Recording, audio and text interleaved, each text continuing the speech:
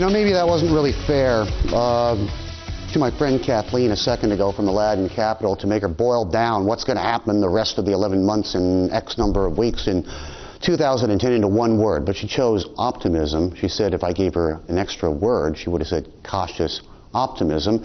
Anyway, if things are better, and if we're going to build on the recovery that we prospered and enjoyed from in 2009, hopefully we're going to end up a little bit ahead. So what do you do with that very, very hard-earned money that you earn with your blood, your sweat, and your tears? Joining us on the show is my friend Emma Matthew, Asia-Pac CEO of leading concierge service, Quintessentially. Emma, Happy New Year. It's good to see you. Happy New Year to you too. Happy New Year. Thank you for having me. How is this year looking for you, your clients, your prospective clients, especially when pitched against what we saw last year?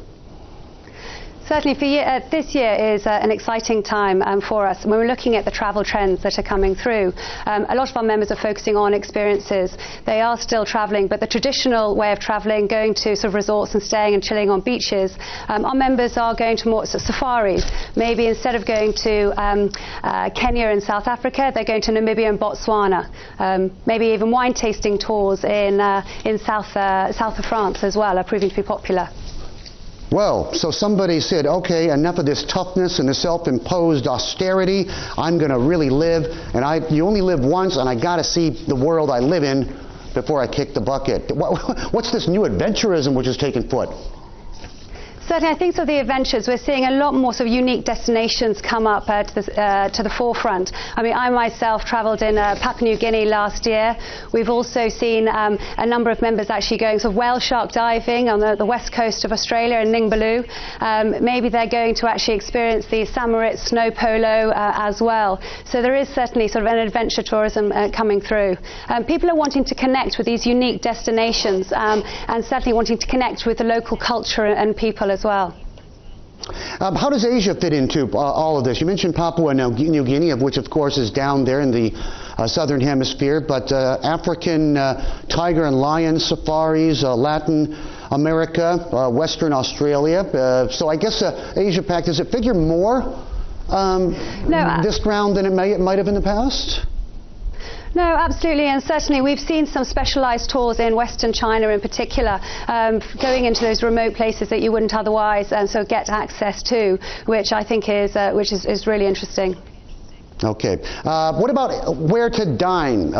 We just had our second Michelin Macau Hong Kong guide issued right leading up to the holidays. Are people still aiming for as many stars, or is there a new rediscovery of comfort food, the basics, simple, low ingredients, but high on simple pleasures? What kind of feedback are you getting? I find the dining trends absolutely fascinating to watch, and in particular, sort of a phrase I like to use is edutainment, where we have a lot of our members now requesting for private kitchens.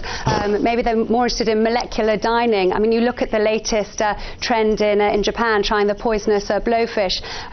Closer to home, you know, the crew room at the Mandarin Oriental in Hong Kong. You know, Uwe there is the executive chef, is great about creating an experience for the guests, and they're able to watch the food being served and prepared, obviously in front of them. The rock in the Six Senses in Koh Samui is also a wonderful outdoor experience.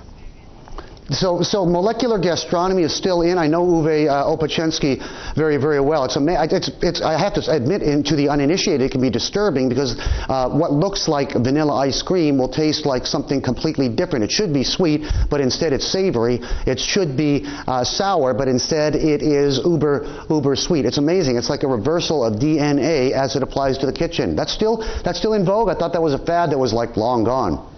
No, not at all, and I think it really is still very much developing, and people enjoy the different experiences. We've also seen people enjoying going to restaurants where there's actually no light, so it's actually pitch black, so they're actually being served blindfolded, which really accentuates the different tastes and smells that you have when you are dining.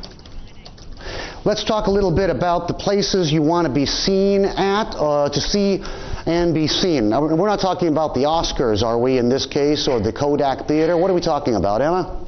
No. Absolutely. I mean, the places that are coming up, certainly we've got the World Cup coming up in South Africa is an obvious choice. In Dubai, with the World Cup horse racing. Closer to home in Hong Kong, we've got the Asian Film Awards coming up in March, which are three great places to go to be seen. Okay, the Asian Film Awards here in Hong Kong. Is it a surprise that it makes the top 5 there, or is it because you have a very, very large contingent here in Hong Kong, or is Hong Kong's film industry coming into its own being once again?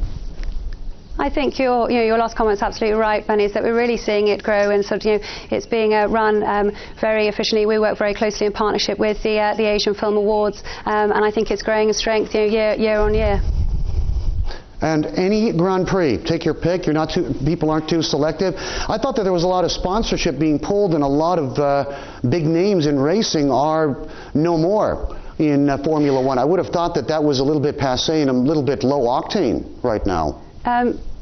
No, I mean, still though we're seeing an increase with our membership base. I mean, latest in Abu Dhabi or Shanghai or Singapore, our members continually want to go to these places and to be seen, but also to experience this sort of high level adrenaline that's associated with those races.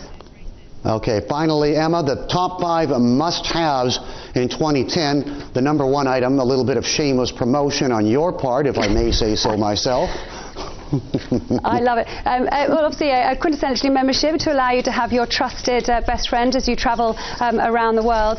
But also the recommendations that for the BO Vision 10, the latest 40-inch flat screen TV, I would have thought it's a must-have. For the women out there, the Anya Heimmarsh, the new bespoke line is absolutely stunning range of handbags. And certainly, for people who are wanting those out-of-the-world experiences, then I think a treasured seat on the Virgin Galactica flight is an absolute must-have too. That's a very expensive $250,000 US, 6 minutes in weightlessness or something. But I guess unless you become a NASA scientist or a cosmonaut, that's about the only way you're ever going to do it, right? I would assume so. Emma, you have a great year. If we don't talk, I'm sure we'll talk before that. Emma Matthew, Asia Pacific CEO. Thank you very much. Quintessentially. Thanks for being on the show. Thanks to all of you for watching. This is AC. Keep tuned right here.